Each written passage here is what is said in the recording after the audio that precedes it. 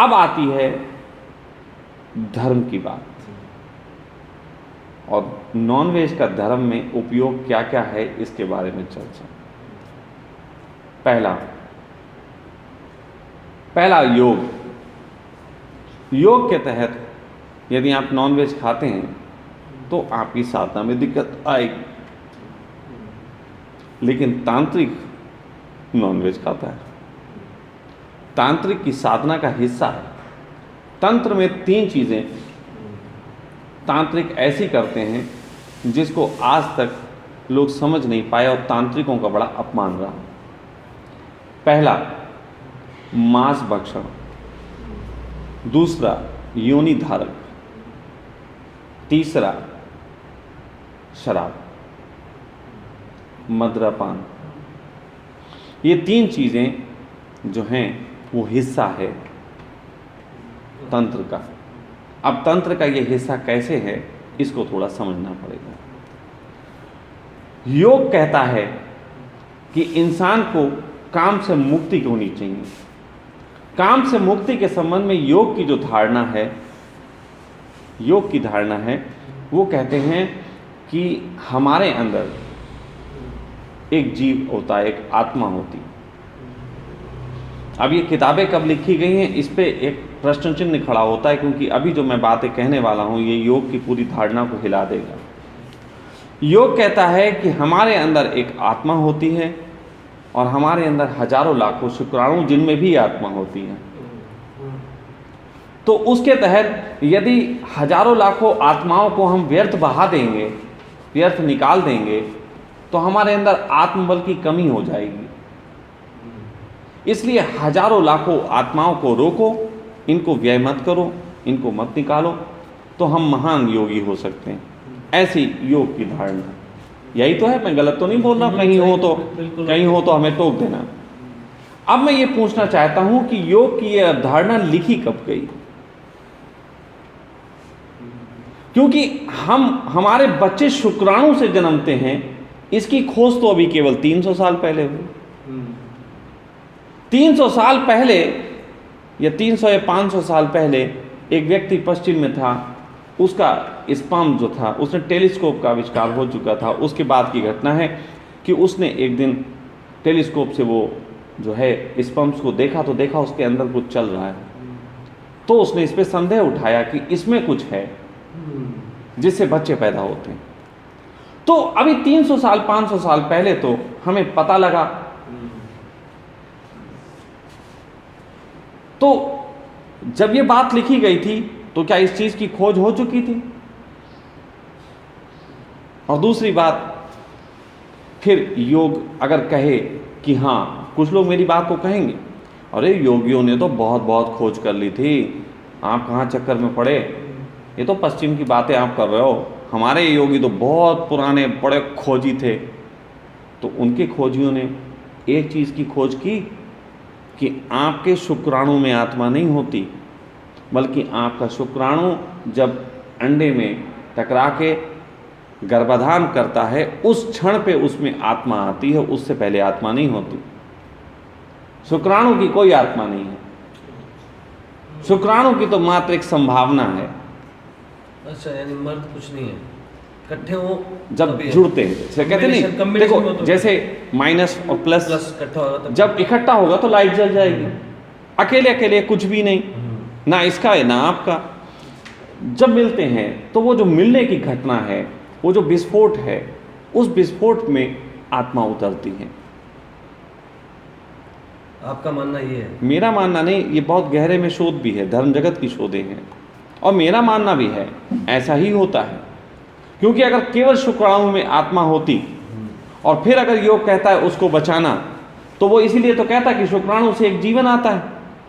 तो मैं उससे एक चीज फिर और कह सकता हूं कि फिर तो साइंस ने यहां तक तय कर दिया है कि वो आपके थूक से भी एक बच्चा पैदा कर सकता है, आपके हार्ट टिश्यू से हो सकता है, तो टिश्यू भी बचाओ, फिर थूको भी मत, फिर पॉटी भी मत करो, फिर पेशाब भी मत करो, क्योंकि हर चीज से बच्चा पैदा हो सकता है। इतनी आत्माएं क्यों बहानी भाई, इतनी आत्माएं क्यों बहानी? और फिर एक बात बताओ, फिर तुम कहते हो हजारों करोड़ों आत्माएं जब हमारे अंदर बच जाएंगी, उससे हम महान चेतना बन जाएंगे। तो तुम कोई हिटलर हो? यही तो हिटलर कहता था कि करोड़ों अरबों लोग जब मेरी बात मानेंगे तब मैं देखो दुनिया बदल दूंगा। हिटलर में तुम में अंतर क्या है?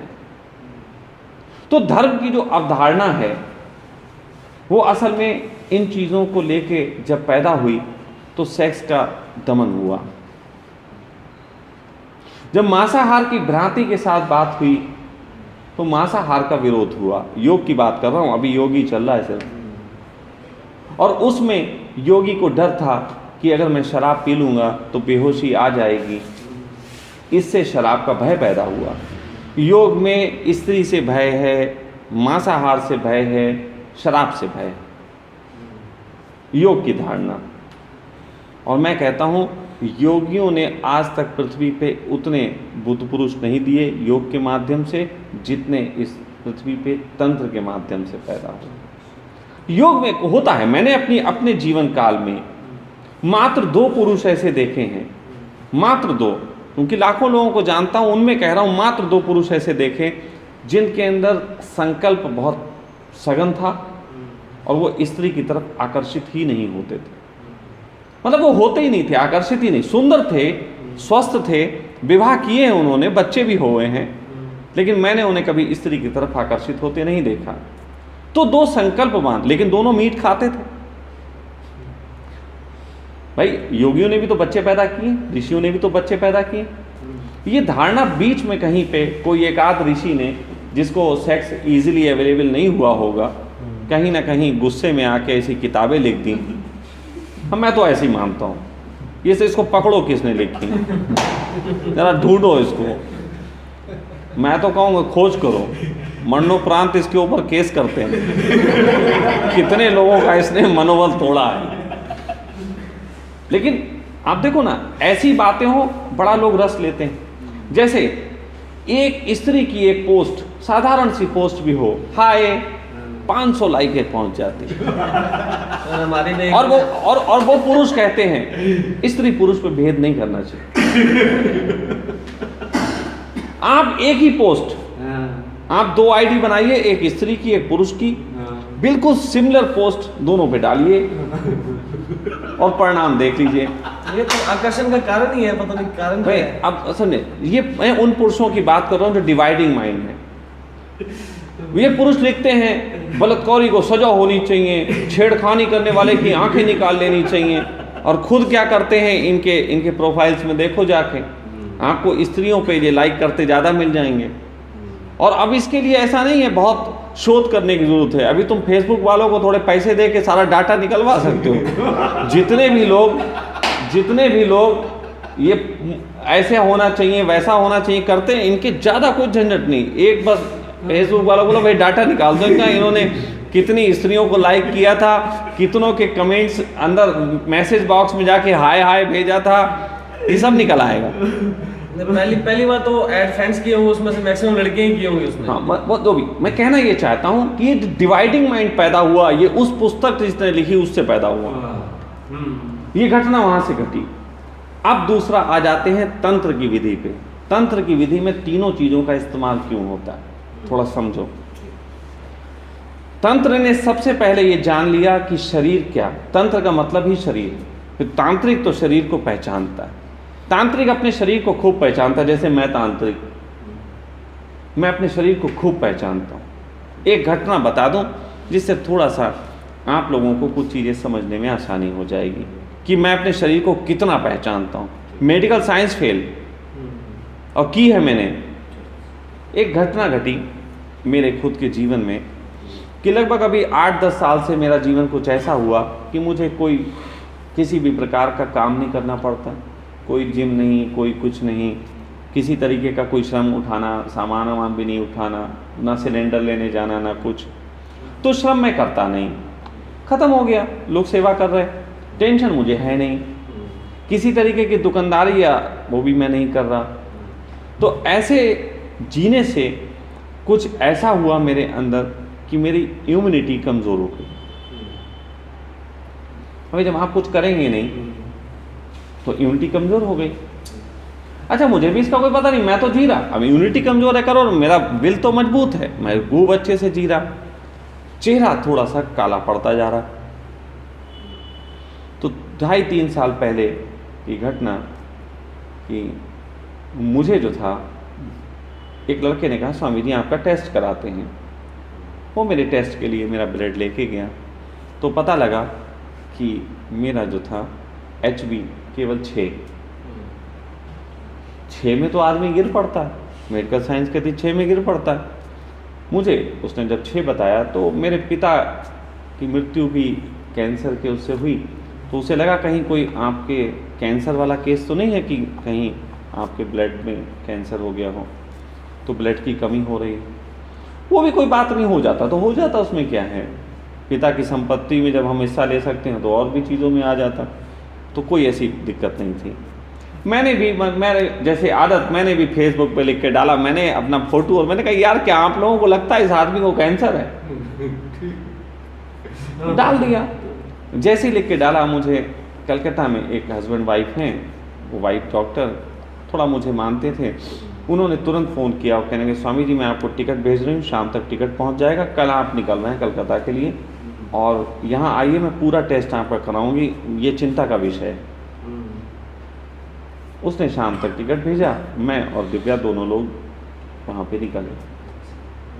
वहाँ जाके 10 दिन तक हमारे बहुत सारे टेस्ट हुए, बहुत सारे, और बहुत सारे टेस्टों में निकल के कुछ भी नहीं आया, कोई बीमारी हमारी बहुत लंबी चौड़ी नहीं, सिर्फ एक चीज़ निकल के, 2 चीज़ें निकल के आई जो चिंता कर रही थी। पहली चीज़ निकल के आई कि मुझे जो है ट्यूबरकुलोसिस के जर्म्स मेरे लंग्स में नहीं, मेरी किडनी में है। तो ट्यूबरकुलोसिस ऐसी चीज़ होती है कि इंसान, अगर आप सभी की जांच कराओ कहीं ना कहीं छोटा मोटा पड़ा होगा, लेकिन जब शरीर कमज़ोर होता है तो वो एक्टिव हो जाता है। तो बचपन में मुझे ट्यूबरकुलोसिस हुआ था, इसके कारण जब मेरा शरीर कमज़ोर हुआ तो ट्यूबरकुलोसिस उभर के और मेरे किडनी में आ गया। लंग्स में होता तो वो खांसने में फैलता, लेकिन किडनी में था तो वो मुझे ही परेशान कर रहा था। तो एक तरफ तो वो खून पी रहा तेजी से, और दूसरी तरफ मुझे हेपेटाइटिस ए। अब हेपेटाइटिस ए एक ऐसी बीमारी है जो कि जर्म्स नहीं है, जो कि एक तरीके का आपकी जो जीन कोड होता है उस पर कब्जा कर लेने वाला वायरस है। तो वो वायरस ये करता है कि जब आप पे कब्जा करता है तो आपकी पूरी इम्यूनिटी को ऐसा कर देता है कि आप अगर बीमारों के बीच जाएं, मैं हॉस्पिटल जाऊं, कहीं जाऊं, तो मुझे बीमारियां लगने लगेंगी, और अगर मुझे कोई बीमारी है और मैं दवाई खाऊं तो उसका इफेक्ट नहीं होगा। अब जो ट्यूबरकुलोसिस में मेरे ट्यूबरकुलोसिस हुआ वो बिना दवाई के ठीक नहीं हो सकता, दवाई मैं खा नहीं सकता, कसरत मैं कर नहीं सकता, क्योंकि कसरत करूंगा तो किडनी पे जोर पड़ेगा, उससे ट्यूबरकुलोसिस और तेजी से फैलेगा, और इम्यूनिटी कमज़ोर हो रही है। अब इसको कैसे ठीक करोगे? अब ट्यूबरकुलोसिस भी है और हेपेटाइटिस ए भी है, और हेपेटाइटिस ए अपने आप ख़त्म भी होता है, लेकिन कब ख़त्म होगा पता नहीं। तो इस तरीके का मेरी केस हिस्ट्री जो थी वो बहुत कॉम्प्लिकेटेड भी हो गई, यूँ तो कुछ भी नहीं लेकिन कॉम्प्लिकेटेड बहुत ज़्यादा। तो डॉक्टर भी चिंतित, वो भी चिंतित, मैं अपना जैसे था वैसे था। एक दिन फिर मुझे ऐसे ही ख्याल आया, मुझे थोड़े दिन पहले, इस केस से थोड़े दिन पहले, इस घटना के लगभग 6 महीने पहले, मुझे अचानक ही ऐसा हुआ था कि मुझे एक बार सिगरेट ने अपनी ओर आकर्षित किया था। एक सिगरेट की डिब्बी देख के मेरे अंदर आया पियो, जबकि मैं नहीं पीता था। इस घटना से लगभग 6 महीने पहले, और मैंने वो सिगरेट की डिब्बी उठा ली। मैंने जिस मित्र की गाड़ी में था, मैंने कहा ये सिगरेट की डिब्बी मुझे पीनी है, वो मुझे कोई रोकता नहीं, तो उन्हें पी लीजिए। मैंने पिया। तो मैं उस समय 1 या 2 सिगरेट ऐसे ही पी लेता था, लेकिन मेरे चित्त ने जो आकर्षित हुआ था सिगरेट की तरफ, वो क्यों हुआ था, इस पे मैं चिंतन जब किया तो उस घटना के बाद मुझे लगा कि सिगरेट उपाय है इससे लड़ने का।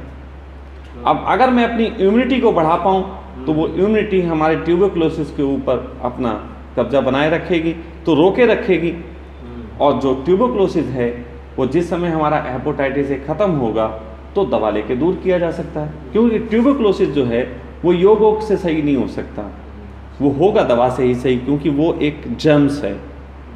कुछ बीमारियां ऐसी हैं जिनके लिए दवा ही खाई जा सकती है, वो योग भी ठीक नहीं कर सकता। तो वो उसी बीमारी में से थी। तो मैंने फिर सिगरेट 6 से 7, आज भी मैं 6 से 7 के रेशियो में सिगरेट लेता हूँ, ये एज ए दवा जैसा। अब ट्यूबरकुलोसिस में सिगरेट तो जहर बताई जाती है, और मैं ट्यूबरकुलोसिस में सिगरेट पी रहा हूँ, और मैंने अपने एचबी को उसी से 10 तक पहुँचा लिया। मतलब कभी 10, कभी 9, कभी 10, कभी 9, 9:15, कभी 10:30, ऐसे होता रहता था। तो अभी लगभग ये ट्यूबरकुलोसिस वाली समस्या और ये गिरी हुई समस्या मैंने, अगर मुझे याद आता है कब से हुई, तो लगभग ये 2010 से हुई। तो 7-8 सालों से मैं इसको झेल रहा हूँ अपनी इम्यूनिटी से। और फिर अभी मेरे 10 महीने पहले एक जांच हुई, उसमें पता लगा कि इनको हेपेटाइटिस A ख़त्म हो गया। और ख़त्म होने के बाद फिर मैंने ट्यूबरकुलोसिस की दवा ली, और वो अभी कुंभ शुरू होने से शायद 8 दिन पहले, 10 दिन पहले तक चली। तो वो जो पूरा कोर्स था वो हुआ। अब मैं जाके सही हूँ। तो जिनको मेरे ग्लो की चिंता होती है उनको बता दूं कि खून बढ़ेगा शरीर में तो ग्लो भी आ जाएगा। अब आई बढ़ने की बारी। तो ये चीज़ अब जाके धीरे धीरे बॉडी रिकवर कर रही। जैसे जिस समय मेरा एचबी बहुत कम हो गया था, तो निश्चित ही मेडिकल साइंस को जो भी समझते हैं कि मैं अगर थोड़ी सी भी चढ़ाई चढ़ जाऊँ, 2 मंजिल 3 मंजिल सीढ़ी चढ़ जाऊँ, तो मेरा बुरा हाल हो जाता था। तो शरीर में खून नहीं, ऑक्सीजन नहीं, तो फिर आप कैसे चलोगे। लेकिन अब मैं पहाड़ी पे भी चढ़ रहा हूँ और मुझे कोई दिक्कत नहीं। अभी मैं सीढ़ियाँ चढ़ के गया हूँ, वहाँ 308 सीढ़ियाँ चढ़ के, तो ये लोग बहुत बुरा हाल हो गया था, मैं अपना सही था। जबकि अभी बीमारी से बस निकला ही हूँ, एक लंबी बीमारी से। और यहाँ पे मुझे पता लगा उस विज्ञान के बारे में कि क्या कारण है कि भारत के बड़े से बड़े संत बहुत कम उम्र में मर गए। क्योंकि जब कोई मस्तिष्क से बहुत शांत होता है तो वो श्रम भी छोड़ देता है और किसी तरीके की आपाधापी भी नहीं करता। ऐसे में उसकी इम्यूनिटी कमज़ोर हो जाती है और तरह तरह की बीमारी घेरती है, जिसके कारण कम उम्र में उनकी मृत्यु होती है। लेकिन कोई भी सूफी संत कम उम्र में नहीं मरा, क्योंकि सूफी जिस जगह रहते हैं वहां हुक्का उक्का चलता रहता है, वहां पे हुक्का वगैरह चलता रहता है।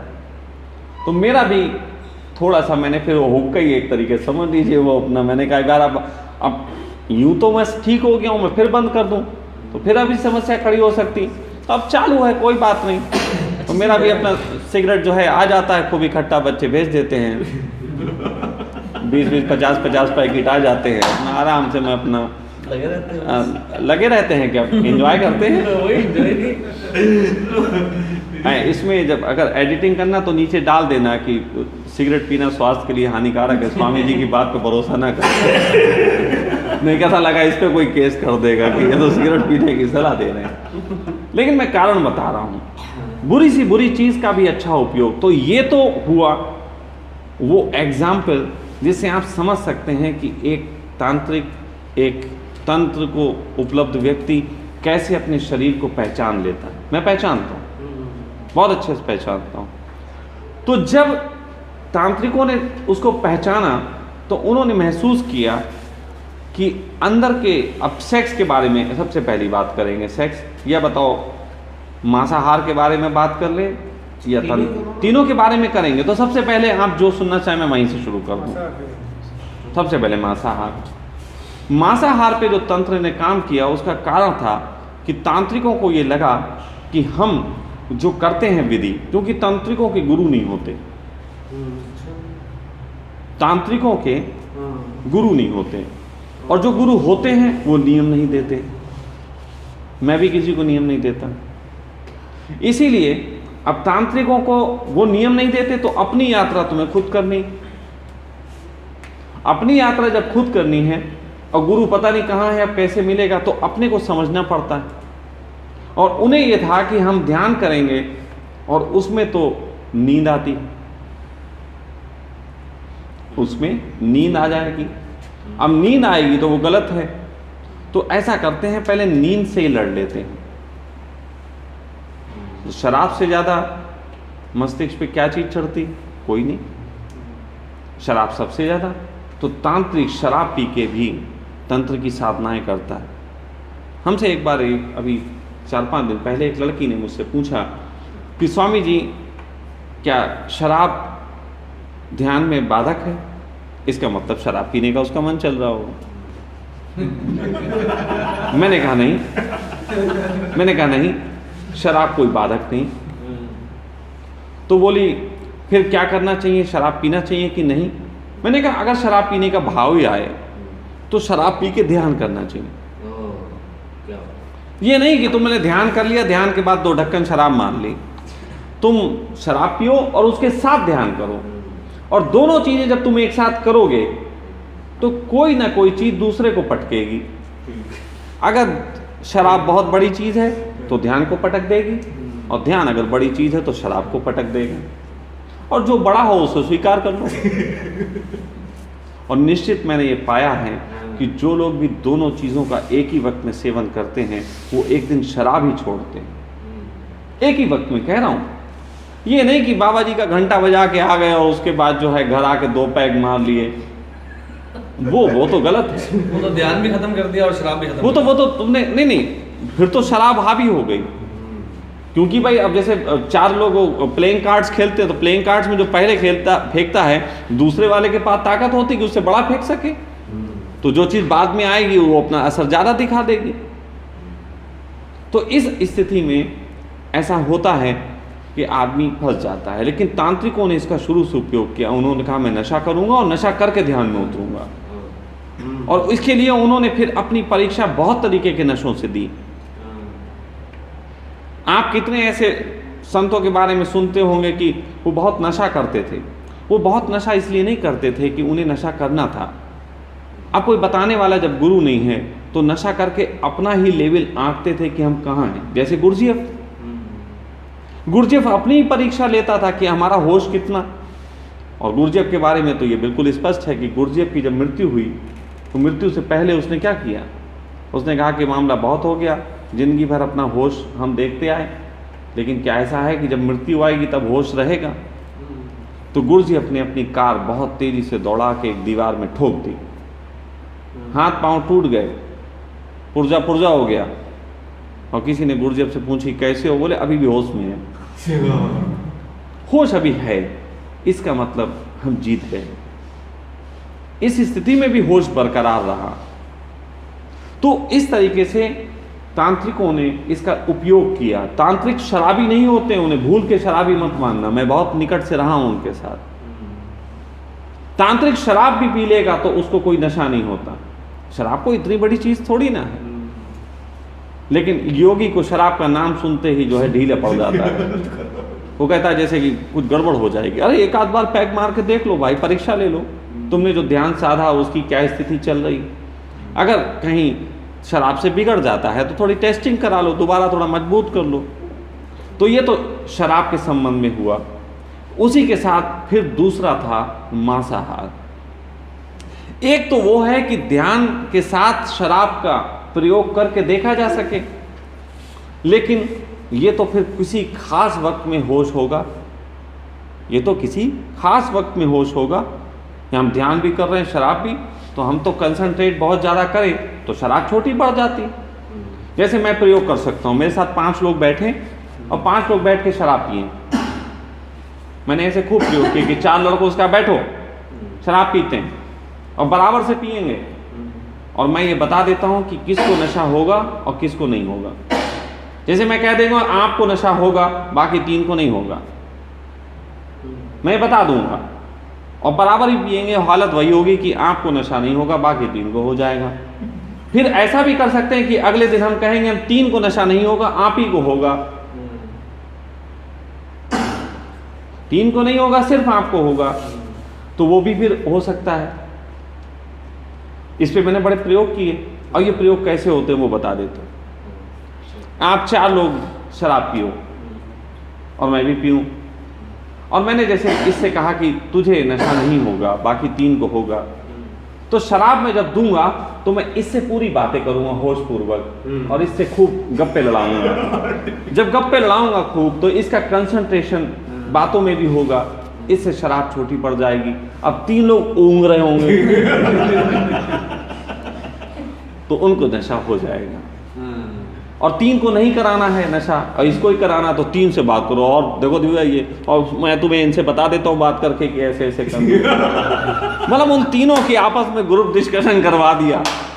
ये प्रयोग है, ये प्रयोग मैंने किए और इस प्रयोगों से मैंने पाया कि शराब का नशा ऐसा है कि यदि आप थोड़ा सा कंसंट्रेट ज़्यादा कर लें तो शराब छोटी पड़ जाती है। तो तांत्रिकों को इस चीज़ का आभास हो जाता है कि अगर किसी खास लम्हे में हमने शराब भी पी और ध्यान भी किया तो शराब को तो हम पटक देंगे, लेकिन जो नशा 24 घंटे हम पे असर कर सकता है जरा उसके प्रयोग भी हो जाएं। तो उसके प्रयोग के लिए उन्होंने मांस खाया। और तांत्रिक वैसा मांस नहीं खाते जरा फ्राई गराई करके ले आओ, तांत्रिक मांस तो कच्चा खा जाता है, क्योंकि कच्चा मांस पचाने में सबसे ज़्यादा मुश्किल। उबाल के तो पचाया जा सकता है, तांत्रिक तो कच्चा आधा किलो मांस कच्चा खा जाता है। अब जब कच्चा मांस तुम खा जाओगे तो पूरे दिन भर तुम्हें उदासी आएगी,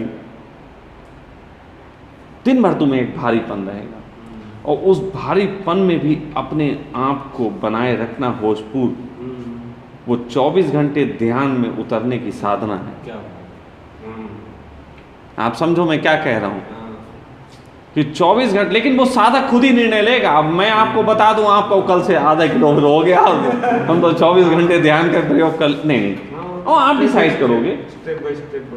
जैसे मैंने डिसाइड किया अपने जीवन में कि मुझे कितना लेना है और क्या लेना है, मैंने डिसाइड किया और उस डिसाइड करके मैं आगे बढ़ा। फिर तीसरी चीज़ आती है सेक्स। सेक्स के बारे में सीधा सा विज्ञान है कि अंदर का शुक्राणु आपकी आंख के माध्यम से सामने वाले में कंटेनर देखता है और आप सेक्स की ओर एक्टिव होते हो। तो तांत्रिकों ने सेक्स के मामले में तीसरा प्रयोग किया। उन्होंने कहा हम सेक्स में उतरेंगे लेकिन ऑर्गेज्म तक नहीं पहुंचेंगे।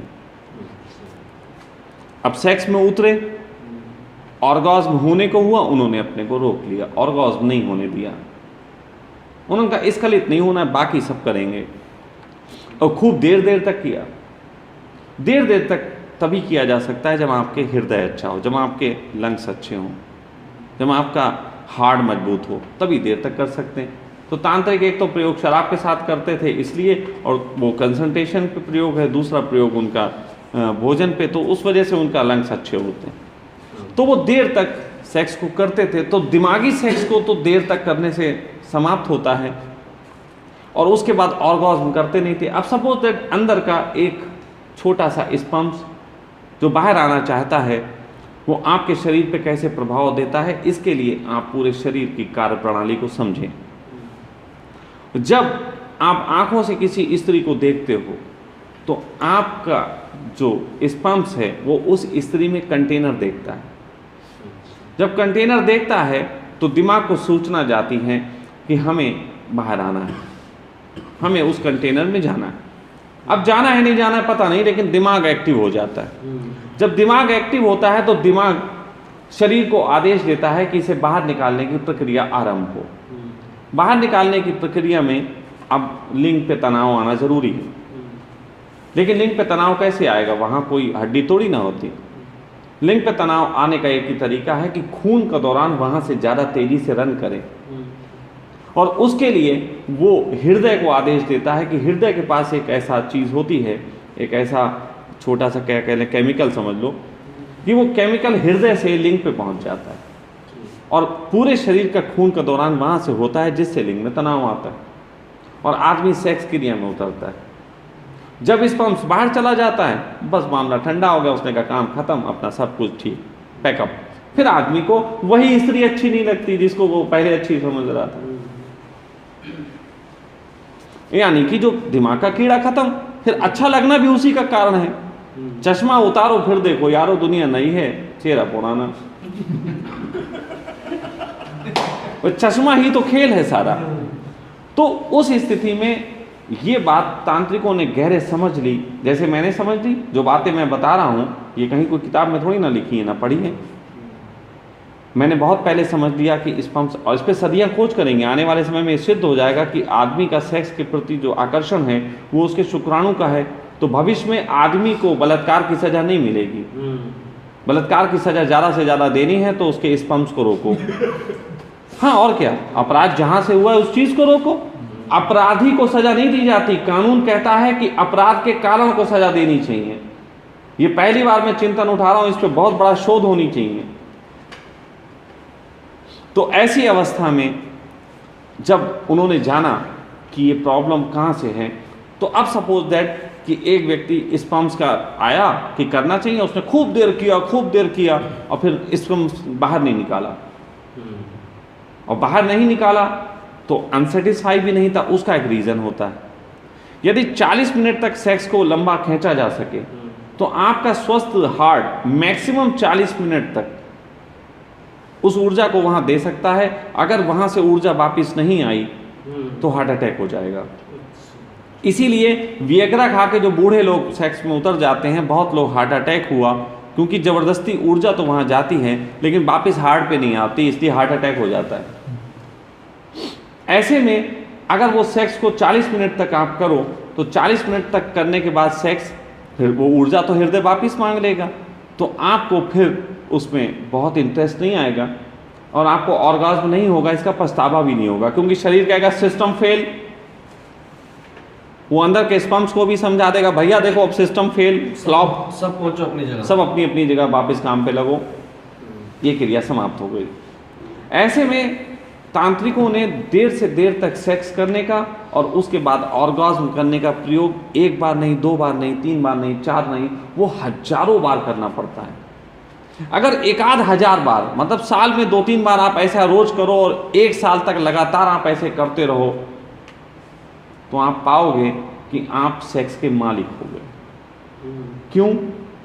क्योंकि अंदर के शुक्राणु की गुलामी अभी सेक्स में भेजती थी, बाद में अंदर के शुक्राणु कहता भैया ये मशीन ही खराब है, हमें से कुछ कहते ही नहीं, ये मशीन ही खराब है, इसे जो काम बोलो वो करती नहीं। भाई 1 बार 2 बार तो है तो धोखा हो गया, लेकिन ये तो सारी लगातार चल रही है, काम करती नहीं। तो जो अंदर के शुक्राणु हैं उनका वो सिस्टम जो है, अब वो क्या है वो थोड़ा सा बाद में होगी बात कभी, वो सिस्टम एक तरीके से अपनी अकड़ छोड़ देता है, और अकड़ छोड़ता है तो पकड़ छोड़ता है, और इससे तांत्रिक सेक्स के मालिक होते हैं। इसीलिए मैं कहता हूँ सेक्स के मालिक होना अच्छा है, सेक्स से मुक्ति की बात अच्छी नहीं है। मुक्ति की बात क्या, मुक्ति की बात तो मूर्ख करते हैं, मालकियत की बात करो, क्योंकि मालिक तो मुक्त ही होता है। तो ये 3 तरीके के प्रयोग तंत्र में किए, और जिसमें मांसाहार का कारण, शराब का कारण, निद्रा से रिलेटेड, और ये बताया। अब चौथा प्रयोग, जो चौथी बात अब रह गई, वो बड़ी कीमती है, वो भक्त के संबंध में, भक्त की यात्रा के संबंध में। भक्त इन चीज़ों का कैसे इस्तेमाल करेगा? भक्त शराब ले, नॉनवेज ले या ना ले, भाई भक्त क्या करेगा? भाई भक्त को छोड़ दें क्या? नहीं।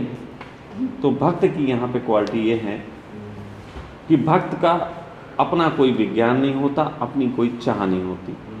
भक्त तो गुरु की संगत में यात्रा कर रहा है, तो उसमें गुरु उसके साथ क्या उपयोग करता है, गुरु उसको किस ढंग से निखारता है, समझता है, इसमें भक्त की सारी इन चीज़ों की यूज़ करने की स्थिति छुपी हुई है। पहली बात तो यह है कि गुरुजी अब जैसा गुरु तो यही कहेगा कि पहले तो हम तुम्हारे सॉफ्टवेयर को पूरा समझ लें कि है क्या। उसके लिए गुरुजी अब तुम्हें शराब भी पिला सकता है, शराब पिला के तुम्हारे मस्तिष्क की छुपी चीज़ों को जान सकता है कि चल क्या रहा है, क्योंकि जितना तुम बोलते हो उतना तो ऊपर ऊपर है, असली चीज़ तो अंदर छपी हुई। उसके लिए गुरुजी अब शराब पिला के तुम्हारी मनोस्थिति को जानेगा। फिर तुम्हारी मनोस्थिति में पता चला कि कोई चीज़ ऐसी है जो तुम नहीं कर सकते, और जो तुम नहीं कर सकते वही तुम्हारी रुकावट। ये मैं उसमें बता रहा हूँ कि एक भक्त की भी रुकावट हो सकती है। वो कहते गुरु जी देखो हम ये नहीं कर सकते, जैसे कल वो लड़का उन्हें कहा हम सब कुछ कर सकते हैं, वो नहीं, हमने कहा वही तो करवाएंगे, तुम जहाँ मना करोगे हम तो वही करेंगे, हमें तो वही चाहिए जिसके लिए तुम सबसे ज़्यादा जो है वो मना कर रहे हो। तो वहाँ पे भक्त में कभी कभी ऐसी परीक्षा होती है कि कोई नॉनवेज नहीं खाता, उन्हें गुरु जी देखो हमने तो पढ़ा है कि हम नॉनवेज नहीं खाना चाहिए, तो कोई बात नहीं, थोड़ा सा देखो, एक टुकड़ा बस। तो ऐसी कुछ चीज़ों की परीक्षा होती है। और यदि किसी भक्त में अपने भगवान के प्रति या जिसको वो मानता है गुरु के प्रति किन्हीं परीक्षाओं से रुकावट है, तो वो भक्त की श्रेणी में आता ही नहीं। उसको मैं तो कहूँगा गुरु को ही ये चाहिए कि उसको निकाल दे। तो कभी कभी मैं भी ऐसा करता हूँ, कुछ लोगों को कहता हूँ यार जाओ यार, तुम कहाँ मेरे चक्कर में पड़े, तुम्हारे अंदर इस चीज़ को लेके अड़चन है तो निश्चित तुम मेरे साथ कहाँ चल पाओगे, क्योंकि तुम्हारी अड़चनें ख़त्म करना ही तो तुम्हें पूर्ण बनाना है, और अड़चनें तुम ख़त्म करना नहीं चाहते क्योंकि तुम्हारी आदतें हैं और तुम्हें खुद भी पता नहीं है कि ये क्यों हैं। जैसे कोई कहे हम स्वामी जी, मान लीजिए कल वो लड़का कि हम स्वामी जी वो टॉयलेट नहीं साफ कर सकते, मैं पूछूंगा कि क्यों नहीं कर सकते, हमें ये नहीं पता है। पता नहीं है तो बताओ, कारण तो बताओ ना, कहाँ से रुकावटें कहाँ से आ रही हैं। अगर तुम्हें कारण नहीं पता है तभी तो तुम भक्त हुए, तो तुम्हें उस कारण से एनकाउंटर तो करवाना पड़ेगा। और यदि तुम्हें कारण पता है और तुम्हें उसका उपाय भी पता है तो तुम भक्त तो बिल्कुल नहीं हुए, फिर तो तुम कुछ और हो गए। फिर भी तुम गुरु के पास क्यों रहो, लेकिन क्यों रहो गुरु के पास, फिर अपना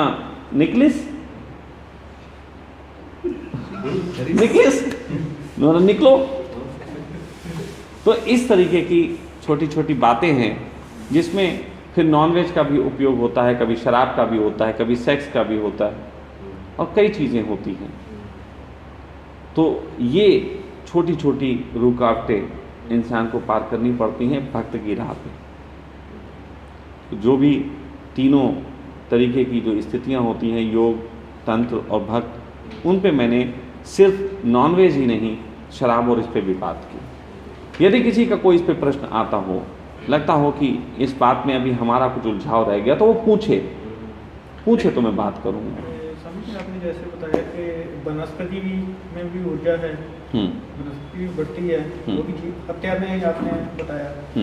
तो क्या इसमें जैसे कोई जीव है, जैसे मुर्गा है, कुत्ता है, पशु है, तो वनस्पति और उसकी शैली में कोई अंतर है, उसमें सीक्वेंस जैसे है, जैसे आपने कल ये परसों वाले दिन बता रहे थे कि ये श्रृंखला है, ठीक है ना, मनुष्य की जैसे श्रृंखला आती है, तो मनुष्य के बाद जो है वो मनुष्य ही बनेगा।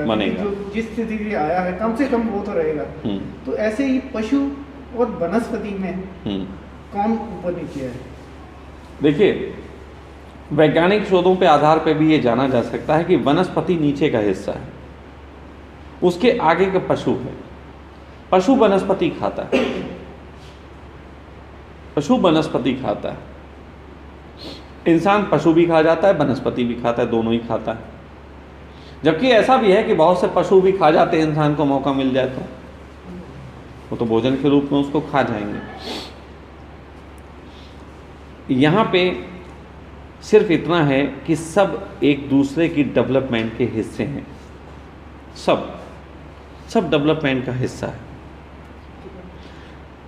जैसे ही वनस्पति खा के वो एक जानवर में जाती है या इंसान में आती है, वनस्पति का भी गुणधर्म बदल जाता है,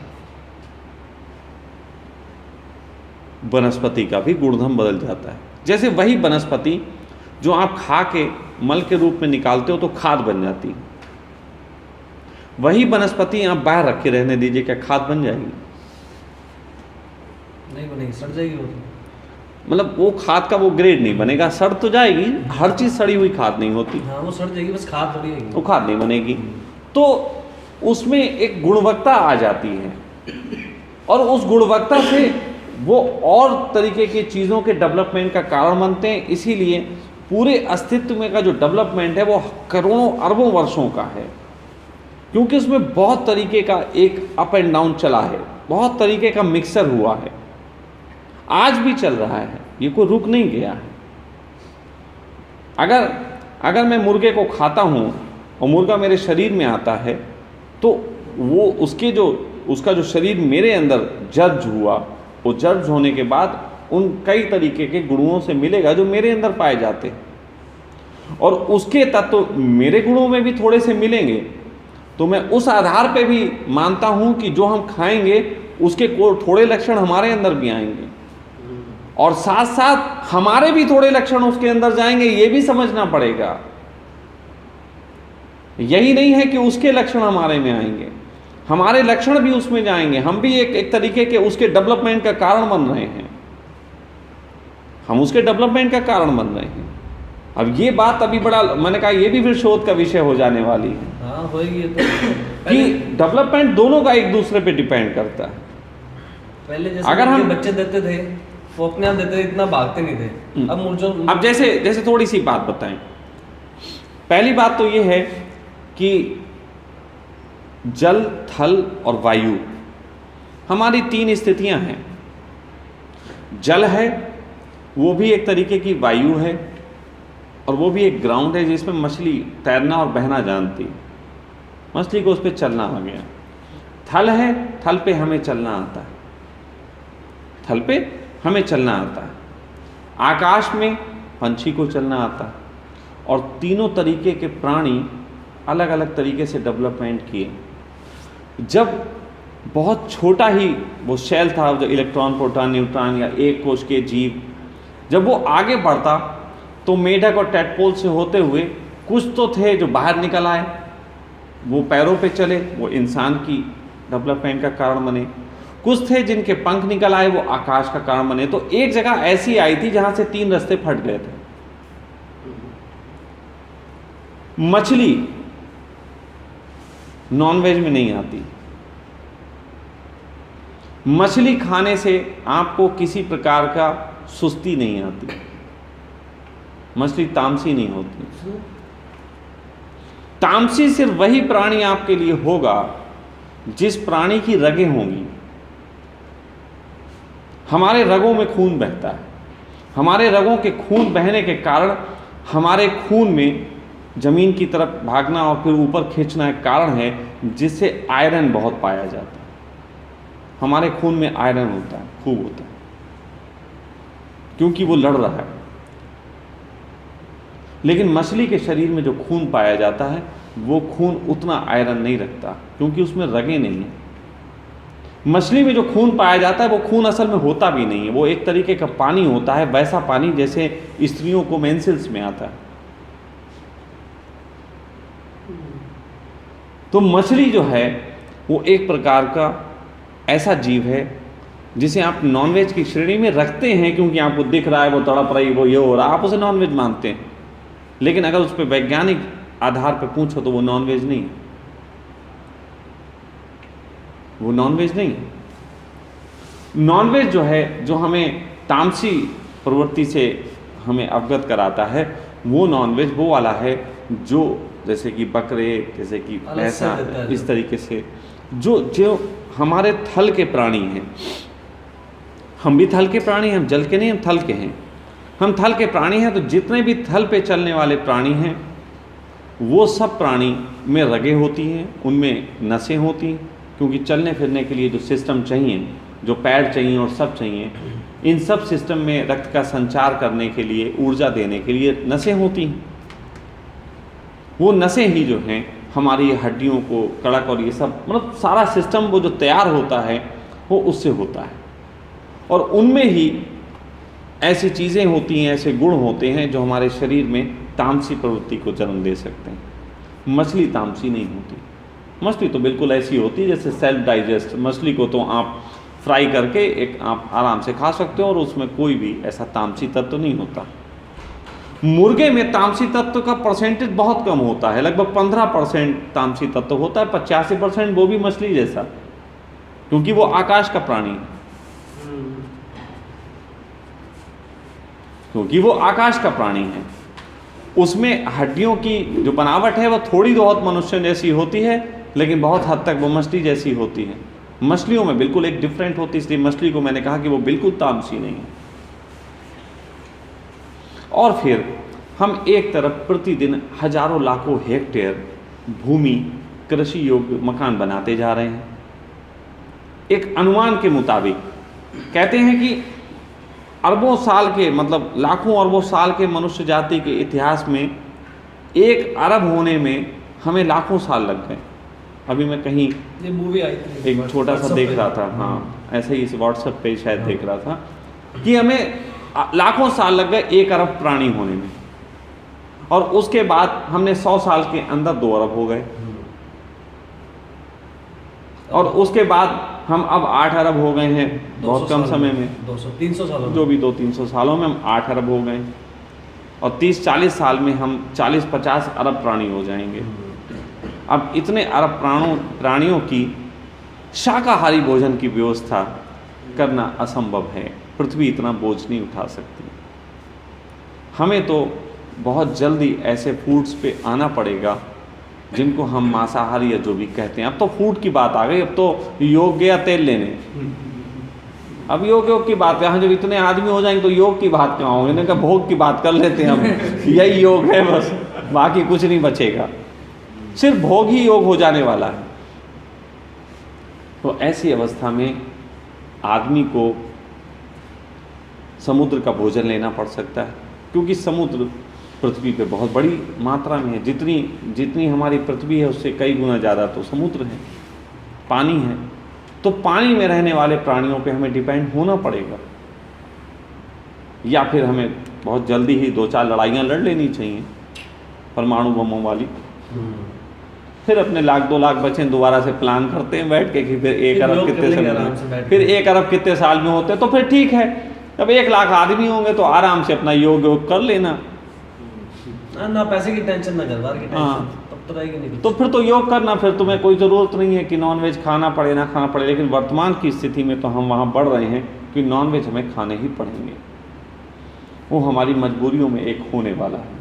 यूट्यूब पे 2 क्वेश्चंस आए, एक रिलेटेड है, एक आउट ऑफ टॉपिक। एक जो रिलेटेड है वो पूछ रहे हैं कि नॉनवेज के साथ वाइब्रेशंस भी तो हम कंज्यूम कर लेते हैं, वाइब्रेशंस जैसे फियर, क्या हम वो भी कंज्यूम कर लेते हैं? निश्चित ही कि हम जो भी खाते हैं उनसे कुछ तत्व तो हमारी बॉडी में आते हैं, लेकिन मैंने ये भी कहा कि आप उसको भी ट्रांसफ़र करते हैं।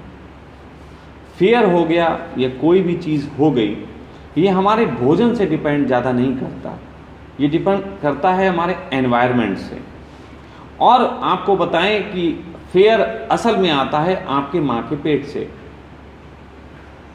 फियर आता है आपकी माँ जिस समय आपका निर्माण कर रही होती है, तो जैसे चाक पे एक कुम्हार मटका बनाता है, तो मटका आप सोचते हो कि देख देख के बनाता है ये मटका, ऐसे नहीं, वो उसके दिमाग में मटका होता है, चाक चल रही होती है, हाँ भैया ले आना थोड़ा सा कुछ, और थोड़ी देर में अपना वो मटका तैयार उठा के रख देता है। वो देखता भी नहीं मटके की तरफ। हमारी कल्पनाएं हमारे उसको निर्माण करती हैं। ऐसे ही माँ के पेट में बच्चा, वो निश्चित ही हाथ पैर तो पहले से तय है कि वो ऐसे होंगे, लेकिन उनके अंदर जितने रोग होते हैं जो हम काम क्रोध लोभ मोह के नाम से जानते हैं, इसका निर्माण माँ के पेट में माँ की स्थिति के आधार पे होता है कि माँ की मानसिक स्थिति क्या है। और बच्चा जो पैदा होता है वो मोस्ट ऑफ जितने भी रोग लेके पैदा होता है, परसेंटेज उसकी कुछ भी हो, कम बड़े, काम क्रोध लोभ मोह ये जितने भी रोग हैं, ये सारे माँ के पेट से जन्मते हैं। माँ देती है इसको, वो लिपटा देती है उसमें।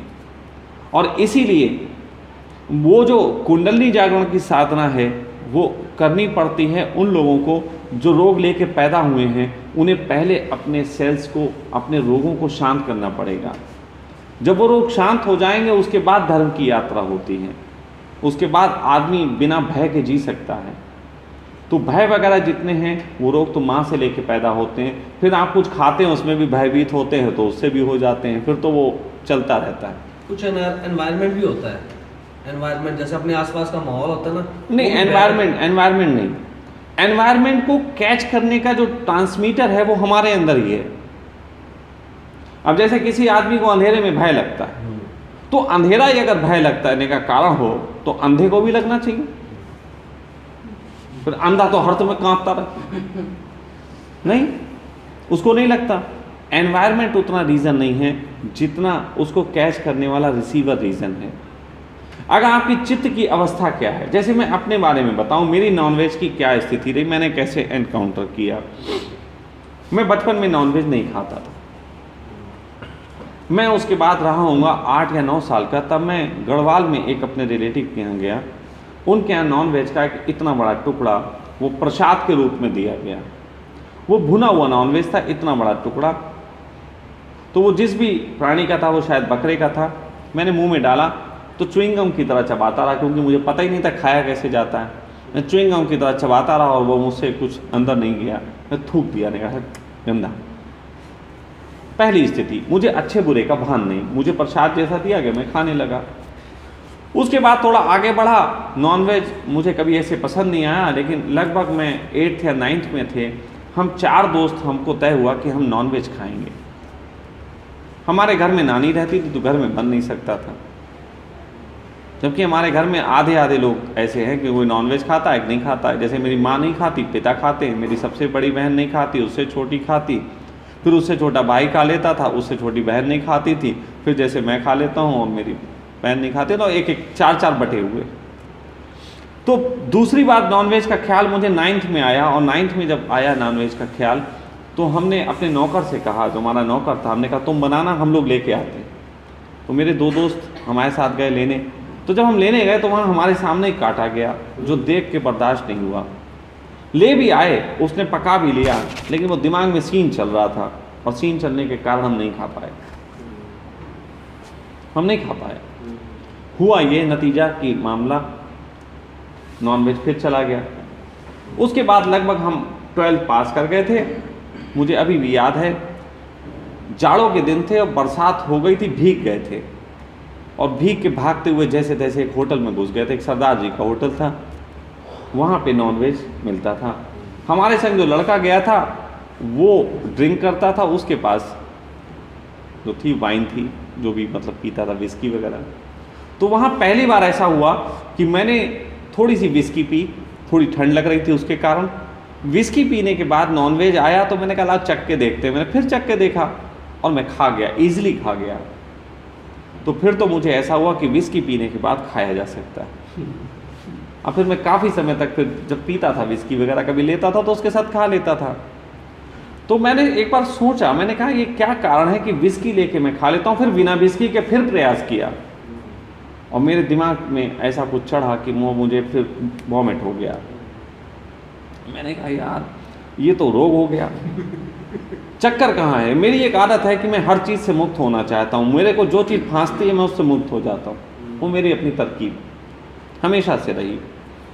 तो मुझे कहा था कि दिमाग में कुछ ऐसा है, जो विस्की पीते हैं तो थोड़ी देर के लिए इंद्रियां शिथिल पड़ जाती हैं, उस पर चिंतन नहीं कर पाती, और यही चीज़ है जो मैं खा जाता हूँ तो इंद्री कौन सी शिथिल पड़ती।